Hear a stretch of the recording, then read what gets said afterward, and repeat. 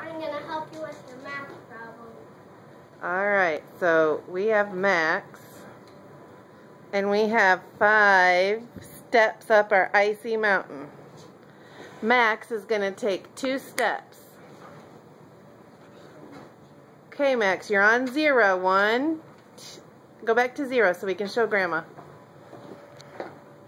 Okay, he's on 0. He's going to take 2 steps forward. 1, 2. He's on step number what, Max? 2. Alright, but you're going to fall backwards 1 step. Alright, so we had 2 steps.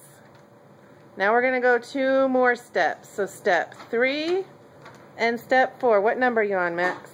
3. Okay. Fall back.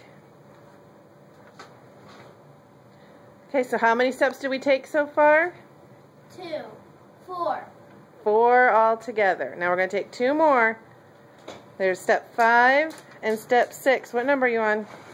4. Alright, you got to fall back. Okay, we've got 6 steps we've taken. We need to take 2 more. 1, 2. What number are you on, Max? 5. And how many did we take all together? 5. 9.